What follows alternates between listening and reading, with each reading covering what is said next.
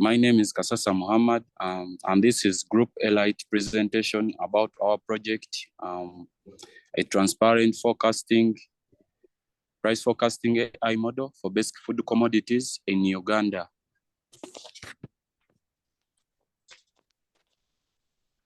And the team I'm working with, these are the members we are working with. So the contents of our presentation are below. This is what we're going to follow. Moving on to the introduction, I'll start by defining price fluctuation. This is the rise and fall of prices of goods and services over a period of time. And we've seen that prices for essential goods have increased by 22.80% from the month of June 2021 to the June of 2022. And the fluctuation of these prices affect consumers' decisions due to the difficulty to plan, because, and this is common also, you cannot plan when prices increase and low. This is seen. And we've seen that there is the correlation between the oil prices and the prices of the basic commodities. Of course, oil affects all products produced in the country, not only in Uganda, but worldwide. Moving on, this is the recent trend of the price of cereals and tubers in different markets on 15th of September 2022. Since we are going to deal mainly with food crops and mainly cereals and tubers, this is the graph recently about the prices, how they have been increasing of cassava, maize, wheat flour, millet, sorghum, and so on. Moving on, these are the basic food commodities we are mainly going to deal with, the beans, maize flour, rice, and sugar. These are mainly our concern, what we are going to be dealing with. And so, this is our problem. The uncertainty caused by the fluctuation of prices for basic commodities leading to poor planning. This is the problem we are trying to solve. Okay, thank you so much, Kasasa. And I will continue from there. Okay. With the problem statement. As we have seen the problem, this is how our problem statement reads. To improve the certainty of future prices for basic goods, you must be able to forecast the prices of these goods and enable proper planning for both individuals and companies. This is the problem tree, our structural representation of our problem statement. We are beginning with the major problem at the center of it, or at the trunk of the tree, with the causes, primary causes and secondary causes below it, and primary and secondary effects above it. The first example, you see that the first primary cause of price fluctuation was oil price increase. And this oil price increase was also influenced by the war between Ukraine and Russia. As per the studies, we see that another primary cause was decrease in agricultural investment, and which was also attributed to by the low profits from agriculture. Another primary cause was hoarding of goods by wholesalers. This was also caused by the anticipation of higher prices in the future by these wholesalers. Moving on to the effects, we see that the price fluctuation leads to uncertainty for future food prices. This secondarily leads to improper planning by individuals and companies. It also leads to reduction in investment security, which further also causes reduction in investments. A third primary effect is inability to purchase essential goods, which leads to a secondary effect of poor livelihood of people. I'll hand over to my colleague. Continue from where my colleague has stopped. Yeah, we have our related works. In our related works, we researched and we found out that there are these two companies which have a familiar task as we are going to do in our proposal. The first one is chartpredict.com. This allows the commodity budgeting by enabling to plan for raw materials and expenditure.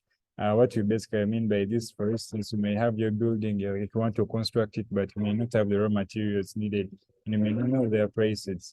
So you may come to them and then they can budget for you until it will cost this and this. It also anticipates the cost changes in the supply chain. On the second one, on the related works, we have the forecast AI. This one basically enables a high quality forecast and predicts the real time and marketing information. For instance, if you can do when you deal in trade and you may want to purchase your stocks, it can be able to help you know when the stocks will rise or when they will be falling. The next we shall introduce our research question. These research questions helped us to guide us through making our project and our proposal. The first one, will the project forecast the prices for the basic commodities?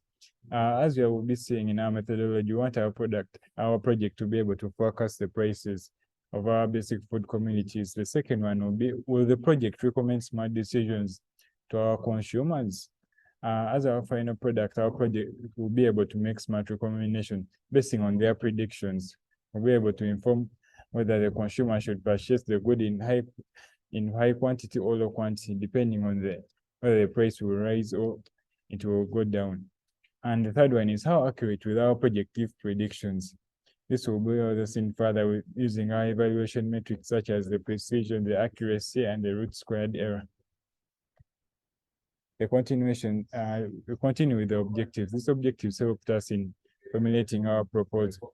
The first one is to enable forecasting of prices for the basic food commodities.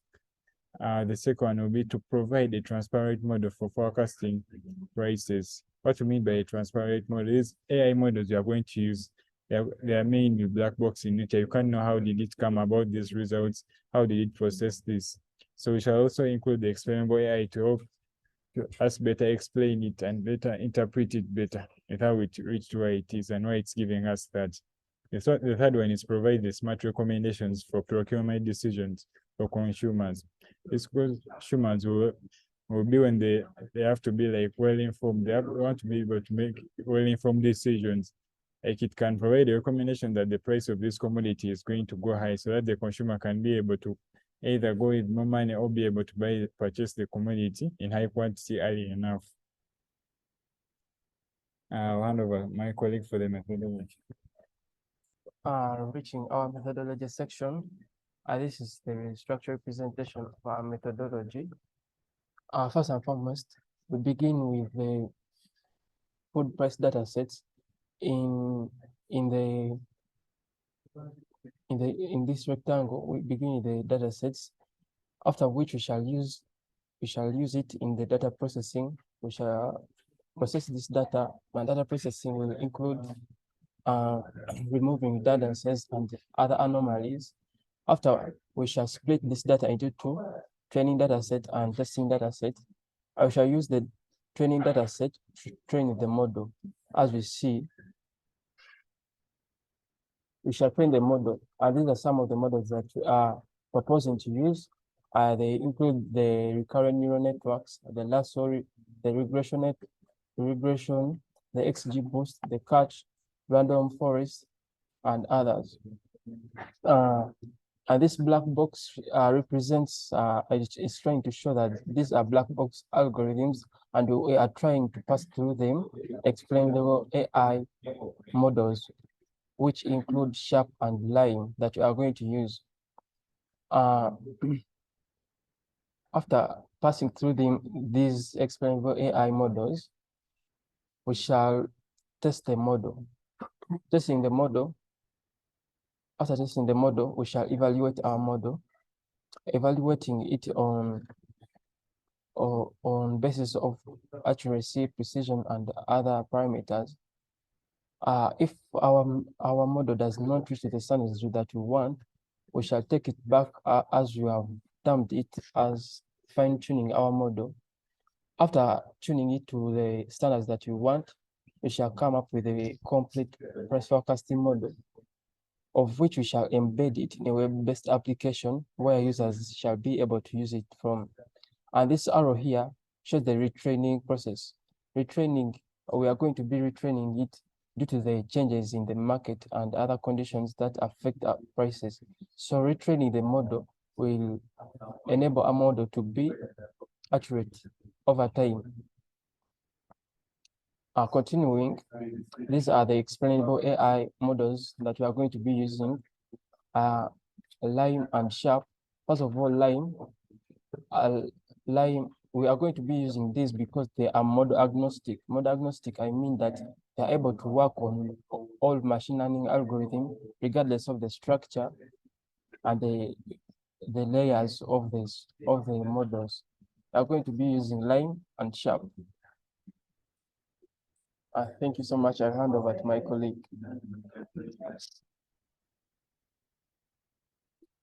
Hello, everyone. I'll take you through the experimental results. And the experimental result, we plotted a bar graph of price of maize in different markets or against different dates, starting from 15th of 2020 up to 15th September of 2022. The different markets are marked with different colors. For example, you can see in the markets we have Owino, Gulu, Jinja, and Barara.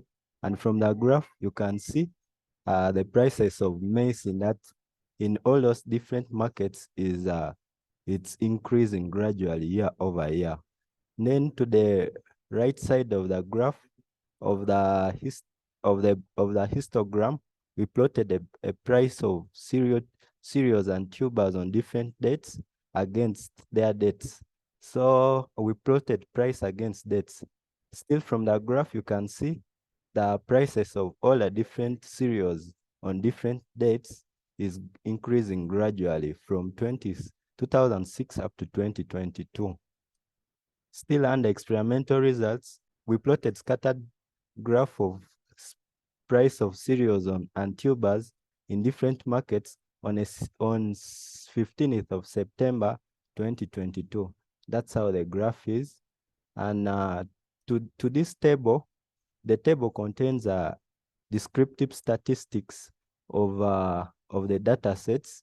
In our data sets, we have different categories, which included cereals and tubers and all those others. And what we did was we generated the mean, median, and standard deviation of each category of the data of each category in our data sets. Then in conclusion, we found out that there is a direct correlation between the price of fuel and food prices.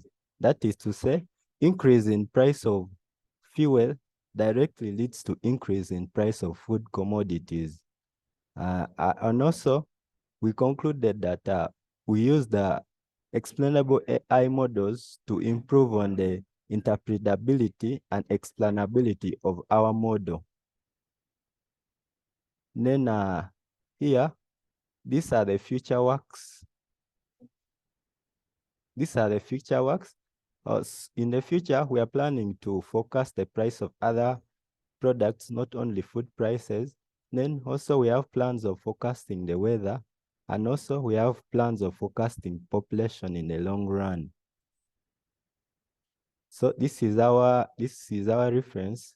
We reference Jean, where on the study he conducted on the systems of dynamic pork price